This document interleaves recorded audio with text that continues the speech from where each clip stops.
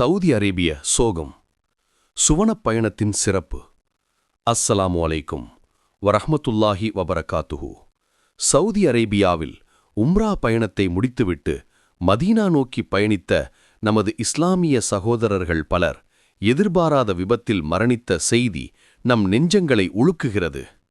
இந்த துயரச் சம்பவத்தை இஸ்லாமிய பார்வையில் அணுகி ஆறுதலையும் நம்பிக்கையையும் பெறுவோம்.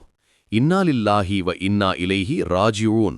நிச்சயமாக நாம் அல்லாஹுக்கே உரியவர்கள், நிச்சயமாக நாம் அவனிடமே திரும்பிச் செல்லவிருக்கிறோம்.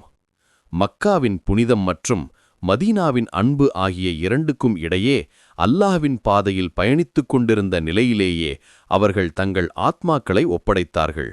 இது ஒரு மகத்தான சிறப்பு. நபிகள் நாயகம் ஸல்லல்லாஹு அலைஹி வஸல்லம் அவர்கள் கூறினார்கள், யார் ஹஜ் அல்லது உம்ராவுக்காக புறப்பட்டு புனித பயணம் முடியும் முன் மரணிக்கிறாரோ, மறுமை நாள் வரை அவர் ஹஜ்ஜும் உம்ராவும் செய்த நன்மையை அடைவார். எனவே மரணித்தவர்கள் இன்ஷா அல்லாஹ் தாம் நாடிச் சென்ற இறைவனிடம் மிகவும் தூய்மையான நிலையில் முஃமின்களாகச் சென்றிருக்கிறார்கள். அவர்களது சுவனப்பாதை மிகவும் இலகுவானதாக இருக்கும். இந்த விபத்தில் திடீரென மரணித்தவர்களுக்கு இஸ்லாத்தில் ஒரு சிறப்பு அந்தஸ்து உண்டு. விபத்து, தீயில் மரணம், திடீர் மரணம் போன்றவை சில வகையான ஷஹாதா, அதாவது தியாக மரணத்தின் கீழ் வருகின்றன.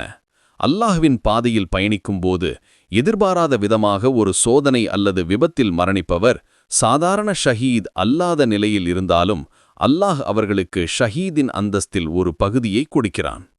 இறைவனை நாடிச் சென்று ஒரு வணக்கத்தின் பயணத்தில் மரணிப்பது என்பது அவர்கள் சுவனத்தில் மிகவும் உயர்ந்த இடத்தில் வைக்கப்பட ஒரு வாய்ப்பாகும்.